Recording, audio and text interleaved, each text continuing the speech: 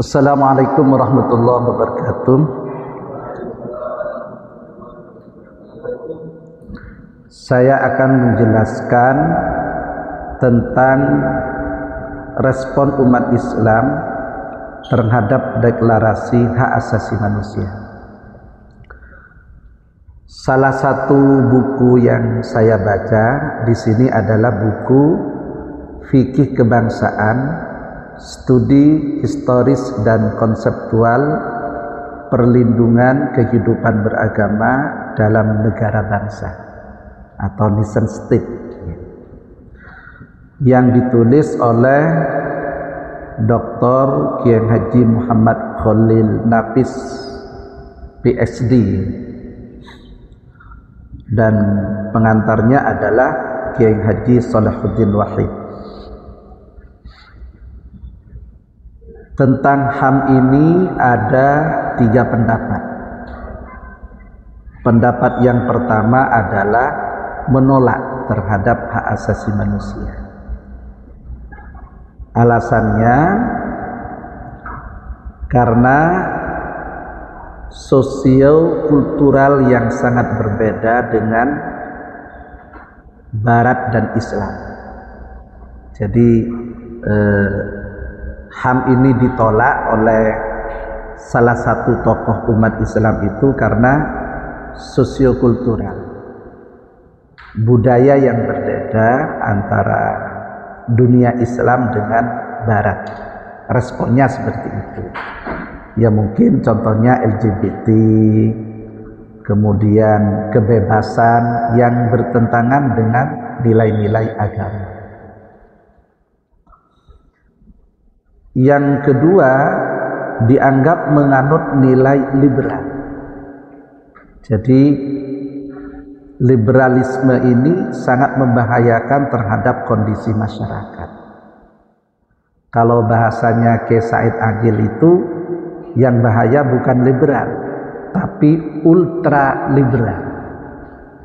Ultra liberal itu adalah kebebasan yang tidak sesuai dengan ajaran agama.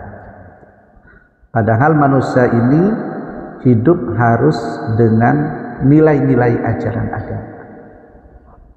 Nah, kalau ada hak asasi manusia lalu bertentangan dengan nilai-nilai agama, maka respon tokoh Islam yang ada di sini menolak terhadap hak asasi manusia. Kemudian yang kedua, otoritas sepenuhnya di tangan manusia. Jadi dianggap HAM ini mengesampingkan ketuhanan. Otoritasnya itu adalah manusia, bukan Tuhan, bukan Allah. Kemudian agama punya cakupan yang universal. Nah, artinya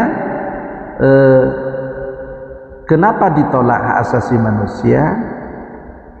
Karena dianggap bertentangan dengan agama, sementara agama ini sudah memberikan ajaran secara universal terhadap kehidupan manusia.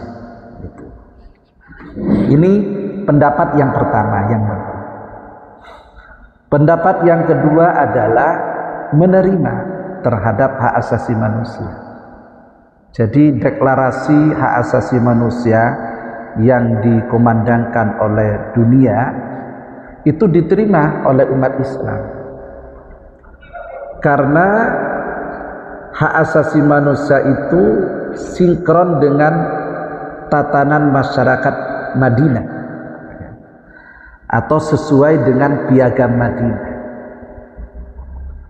Nah, terutama yang menyangkut kepada kulliyatul khams. Apa kulliyatul khams itu? Yang pertama adalah hifdzuddin.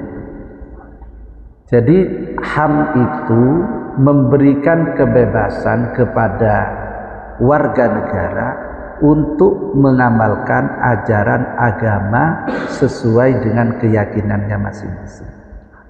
Nah, ini dianggap selaras dengan hifdzuddin dan selaras dengan piagam Madinah yang dideklarasikan oleh Rasulullah sallallahu alaihi wasallam. Gitu.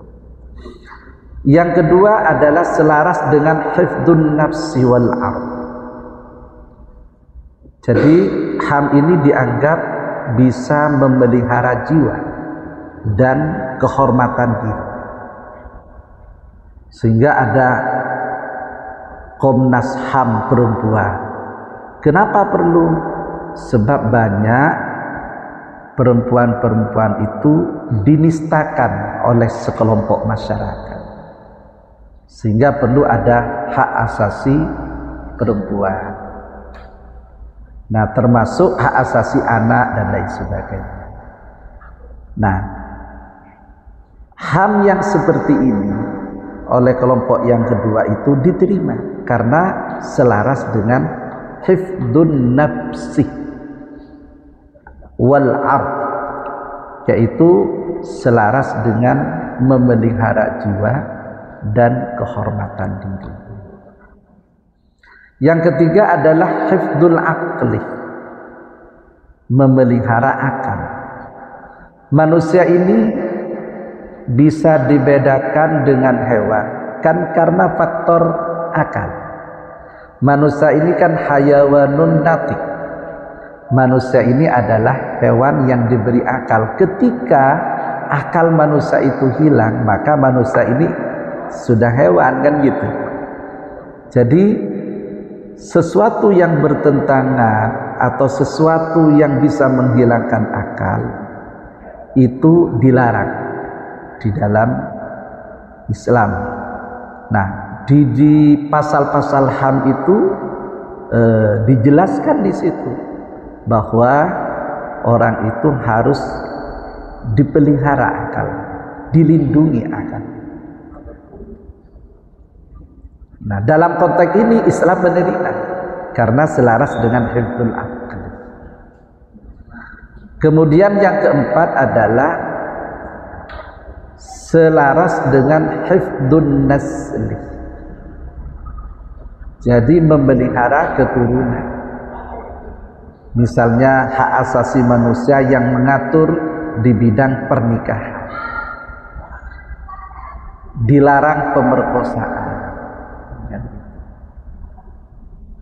Nah, ini bertentangan dengan hak asasi manusia kalau orang itu memperkosa. Seperti kejadian kemarin di Banyuwangi, di Kalibaru. Ada anak MI kelas 1 itu diperkosa oleh seseorang sampai meninggal dunia. Itu tidak hanya bertentangan dengan hifdzun nasli, tapi juga bertentangan dengan hifdzun nafsi. Kemudian yang kelima itu adalah hifdzul mal, memelihara harta.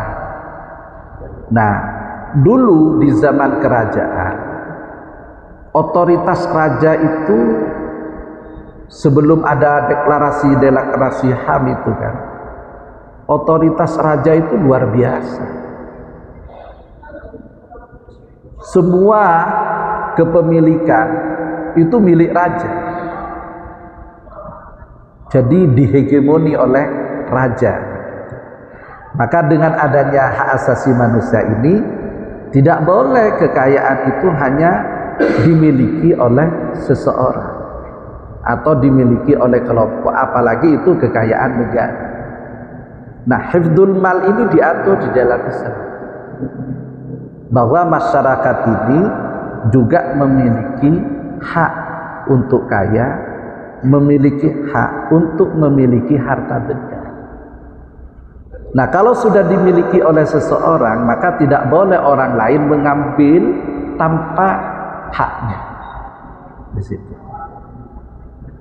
Nah, pendapat ini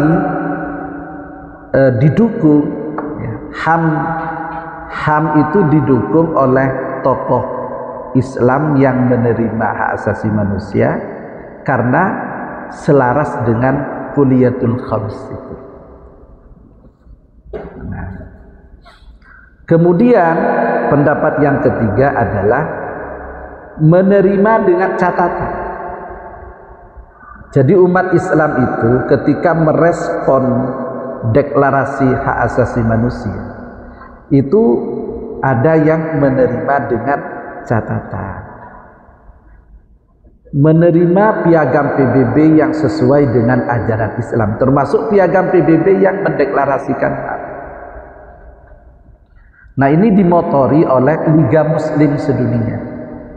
Jadi ada tokoh-tokoh Muslim sedunia berkumpul, nah terhadap hak asasi manusia, merespon hak asasi manusia itu tidak menerima secara total, tidak menolak secara total, tapi menerima dengan catatan.